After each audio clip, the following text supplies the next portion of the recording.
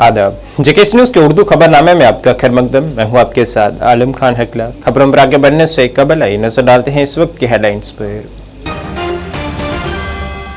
आला इंतखाबी कमीशन की जम्मू कश्मीर, हरियाणा और महाराष्ट्र के असेंबली इंतखाबात के हवाले से एक अहम प्रेस कॉन्फ्रेंस जारी। जम्मू की आवाम को प्रेस कॉन्फ्रेंस से है काफी उम्मीदें वाबस्ता।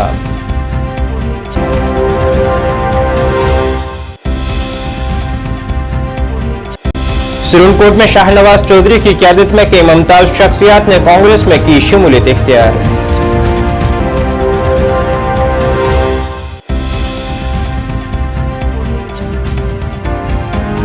और 12 अगस्त को सुल्तानपुरा में पेश आए आगजनी से मुतासरा कुंबे से बीजेपी वफद ने मुलाकात कर हर मुमकिन मदद देने का दिलाया यकीन।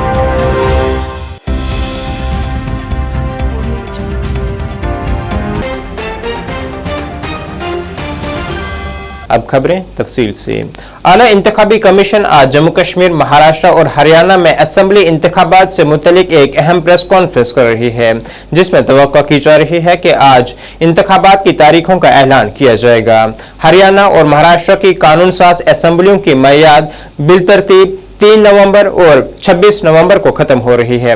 पोलिंग पैनल जम्मू कश्मीर में 30 सितंबर से पहले असेंबली इंतखाबात कराने का भी मंसूबा रखता है, जो सुप्रीम कोर्ट की तरफ से मुकर्रर करदा आखिरी तारीख है। इलेक्शन कमीशन ने हाल ही में जम्मू कश्मीर और हरियाणा का दौरा किया है ताकि इंतखाबात की तैयारियों की निगरानी की जा सके। वहीं जम्मू की आवाम को भी इंतखाबी कमीशन से काफी उम्मीदें वाबस्ता है। उनके मुताबिक यहाँ की आवाम काफी बेसब्री से मुंतखब हुकूमत का इंतजार कर रही है ताकि आवामी मसाइल का अजाला हो सके।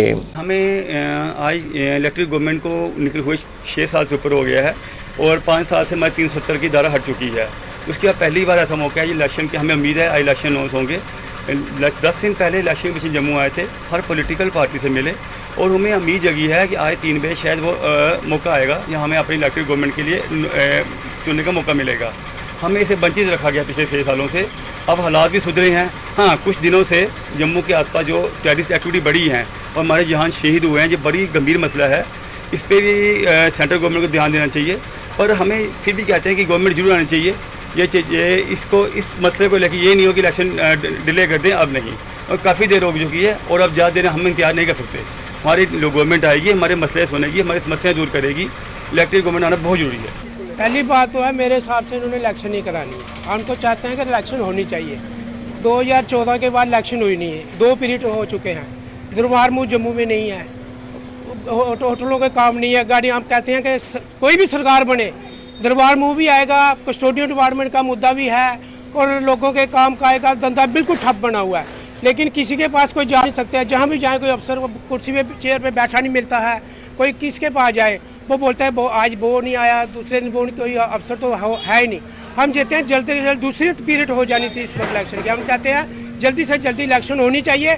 आज के दिन की लहर खुशी की है कि इलेक्शन कमीशन ऐलान कर दे कि इलेक्शन है। कोई भी सरकार आएगी, लेकिन इसके मतलब ये नहीं कि इलेक्शन नहीं कराओ। इलेक्शन होने चाहिए और जरूर होने चाहिए। रह गए 3 घंटे, सस्पेंस सारा खत्म हो जाएगा। इलेक्शन होगी या नहीं होगी, पर आम जनता की आवाज़ है कि इलेक्शन होनी चाहिए। हमें भी तो अपने नुमाइंदे चुन के आने चाहिए।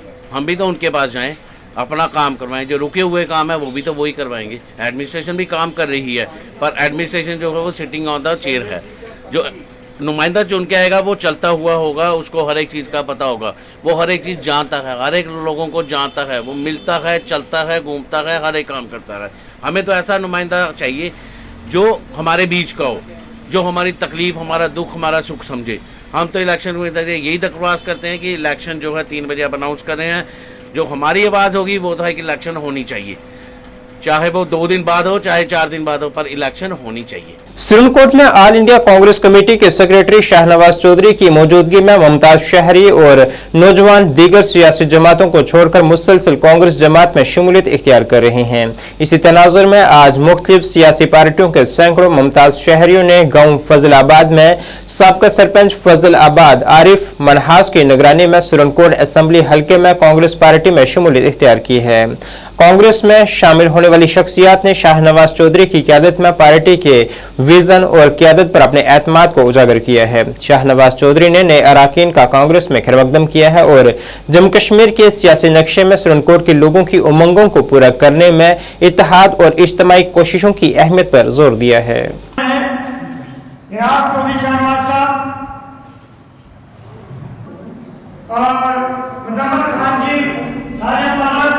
और जितने भी यहाँ बाहर से आए हुए मेहमान हैं, हैदराबाद के जितने भी यहाँ बुजुर्ग हैं, सबका शुक्रिया अदा करता हूँ और आपको मुबारकबाद पेश करता हूँ।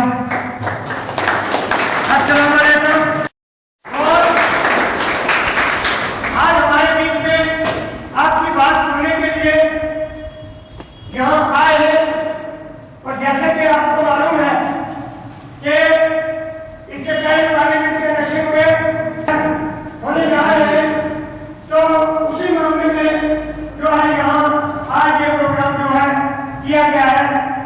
मैं बता दूं कि किया इन्होंने कभी किसी से नहीं किया। देखिए, मैं फजलाबाद के लोगों के दिल की गहराइयों से शुक्रिया अदा करता हूं कि आज एक्स सरपंच आरिफ साहब की क़यादत में फजलाबाद में बड़ी तादाद में लोगों ने यहाँ हमारा मौलाना इस्तकबाल किया। आज कांग्रेस पार्टी को ज्वाइन किया, कांग्रेस पार्टी का दामन थामा और राहुल गांधी जी की लीडरशिप पे और मुझ पे भरोसा जताया। इसके लिए मैं फजलाबाद की आवाम को यकीन दहानी कराना चाहता हूँ कि आपने ठीक कहा कि फजलाबाद से ही फैसले होते हैं और फजलाबाद की आवाम ने आज फैसला किया है। और फजलाबाद की हालांकि एक पंचायत है, ये उसका प्रोग्राम था और एक पंचायत के लोगों ने फैसला कर लिया है कि हम आने वाले असेंबली इंतखाबात में कांग्रेस पार्टी का साथ देंगे। मैं फजलाबाद के लोगों को यकीन दिलानी कराना चाहता हूँ कि इंशाल्लाह फजलाबाद के लोगों की दिल से खिदमत होगी, उनके मसाइल जितने हैं उन मसाइल पे भी काम होगा और इंशाल्लाह कांग्रेस पार्टी सरकार में आएगी। हम अवलीन तरजीह में यहाँ के काम करेंगे। आज बहुत बहुत शुक्रिया हम कह रहे हैं, अपने शाहनवाज चौधरी साहब आए हैं, उनका वेलकम किया है। और इससे पहले हम दूसरी पार्टी के साथ थे, उन्होंने कोई हमारा काम नहीं किया, फैसलाबाद में कुछ भी नहीं किया। आज इनके साथ आए, हम देखते हैं इनको ये कितना काम हमारा करेंगे, कुछ करेंगे, इनको हम कामयाब करेंगे और एमएलए बनाएंगे और फैसलाबाद से इनको खासी तादाद में वोट लेके शाहनवाज चौधरी साहब आए, हम उनका वेलकम करते हैं और ये एक अच्छे लीडर हैं। इनको हमने पार्टी नहीं देखी, हमने शाहनवाज साहब को देखा जो लोगों के काम करते हैं, तो लोगों की फरियाद सुनते हैं।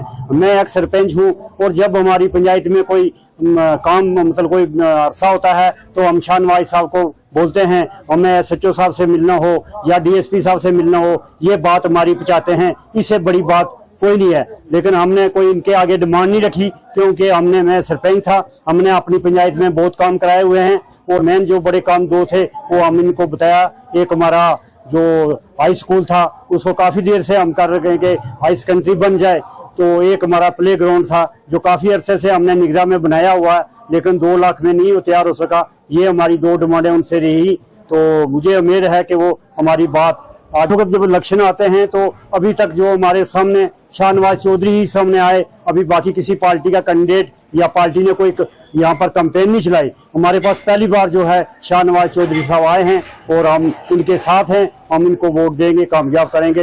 मेरा नाम मोहम्मद जमीर है, मैं फजलाबाद पंचायत अपर से हूँ।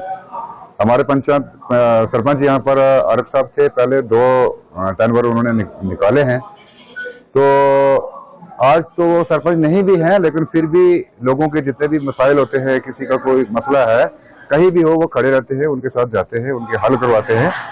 तो आज एक ऐसा मुकाम आया है कि उन्होंने यहाँ पर शाहनवाज चौधरी साहब को लाया जिनका ताल्लुक कांग्रेस पार्टी से है। तो यहाँ पर पहले भी कांग्रेस तो थोड़ी बहुत तो मौजूद थी, लेकिन अब शाहनवाज चौधरी के यहाँ आने से हो सकता है कि लोगों में एक रुझान सा बने कि वो कांग्रेस के साथ जुड़े। तो अब यह है कि शाहनवाज चौधरी साहब को भी तो सारे लोग जानते हैं, उन्होंने भी लोगों के काफी सारे मसाइल हल किए, बहुत सारे काम वो करते हैं। तो जिस तरह से आज यहाँ पर 200-400 लोगों का एक हजूम है यहाँ पर, इससे लगता है कि यहाँ पर इनका पल्ला भारी है। तो अब देखना है कि फील्ड में कौन कितना काम करता है। इलेक्शंस के हवाले से अगर कहा जाए तो फजलाबाद ही एक ऐसी जगह है जो हर मौका पर हर इलेक्शन में ये पौसा पलट देती है। फजलाबाद का वोटर जो है वो हमेशा पासा पलटने वाला रहा है। तनख्वाहों को वागुजार करने का मुतालबा करते हुए आज 5वें दिन भी Jammu Kashmir state cooperative agriculture and rural development bank limited के मुलाजमीन ने एहतजाज किया है, जिसमें उनका इल्जाम था कि उनकी 2016 से तनख्वाहें बंद रखी गई हैं और 2023 में अदालत आलिया का फैसला भी उनके हक में हुआ है, लिहाजा फैसले पर अमल करते हुए उनकी तनख्वाहों को वागुजार किया जाए।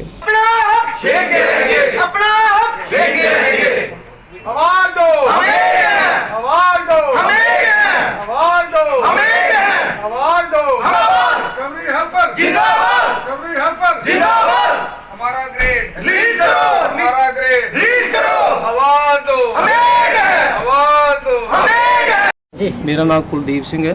मैं J&K state agriculture rural development bank च रिकवरी हेल्पर की पोस्ट उपर सर अस 14 च लगे तो 16 साड़ी 2 साल के बाद कन्फर्मेशन हुई।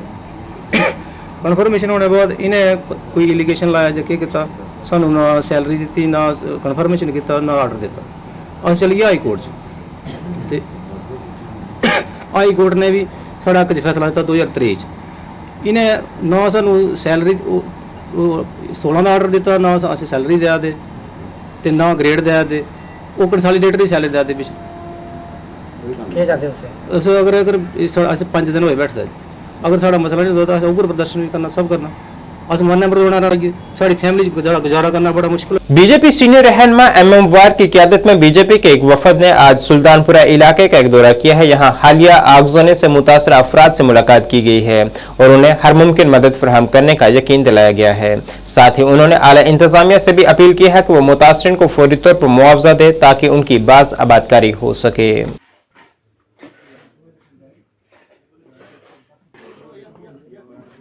कोई मैगजीन पीछे से काम क्यों रखी है?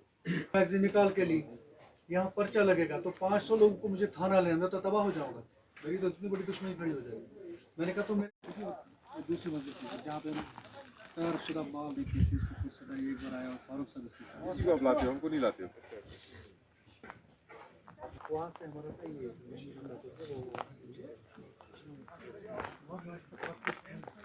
पैसा आप यहाँ पैसा आप यहाँ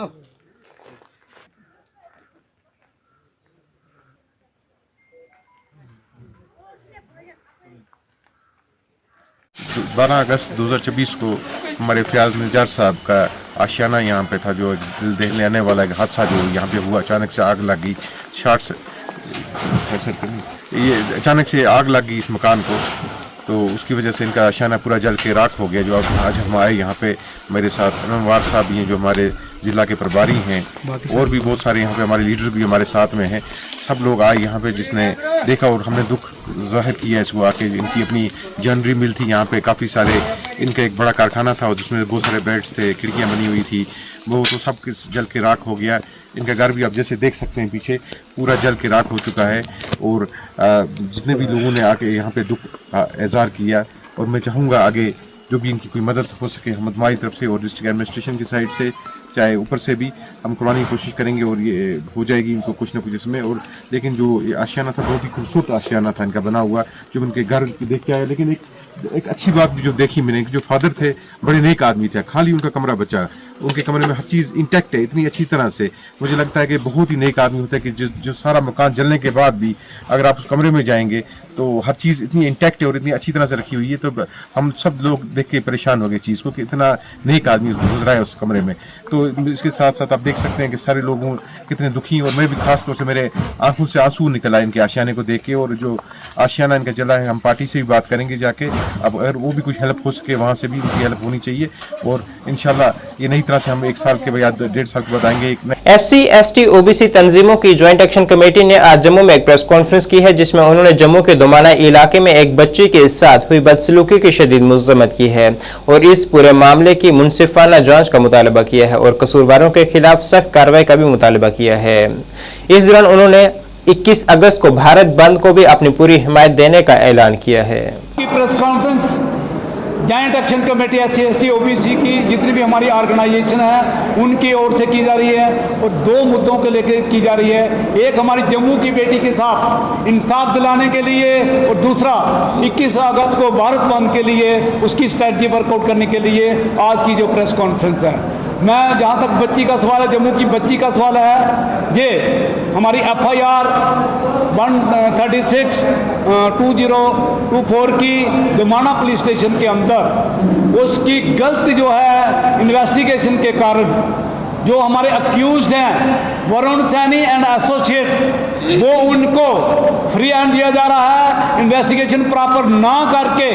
आप अंदाजा लगाइए, जिस शख्स ने रिपीटेडली बच्ची को बंदी बनाकर रखा हो, दुष्कर्म किया हो, उसके बाद उसका प्रेग्नेंट किया हो, उसके बाद उसकी अबॉर्शन पिल, जब उसे पता चलता कि मुझे दलित बच्चा नहीं, दलित बेटी का बच्चा नहीं चाहिए, वो क्या करता है कि उसके अबॉर्शन पिल से जबरदस्ती उसके मुंह में देकर जब अबॉर्शन होता है उस बच्चे को, ये सामने आप देख लीजिए वही बच्चा है, उसका रेजर से ब्लेड निकाल के उससे काट के और उससे जाके वो जमीन में दबा आता है।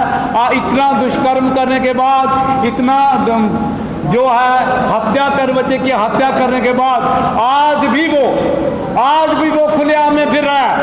आज भी उस परिवार को, बच्ची के परिवार को धमकियां दे रहा है। ओपन कोर्ट के अंदर वरुण सैनी और उसके पिता ने धमकी दी है कि मैं जो विक्टिम की जो माता है और उनका जो वकील है, दोनों को काट के मैं कुत्तों के आगे फेंक दूंगा। इस तरह की धमकियां उस परिवार की तरफ से आ रही हैं। नाज़रीन, इस वक्त के उर्दू बुलेटिन में बस इतना ही। मुझे मेरी टीम के साथ दीजिए इजाजत। अल्लाह हाफिज।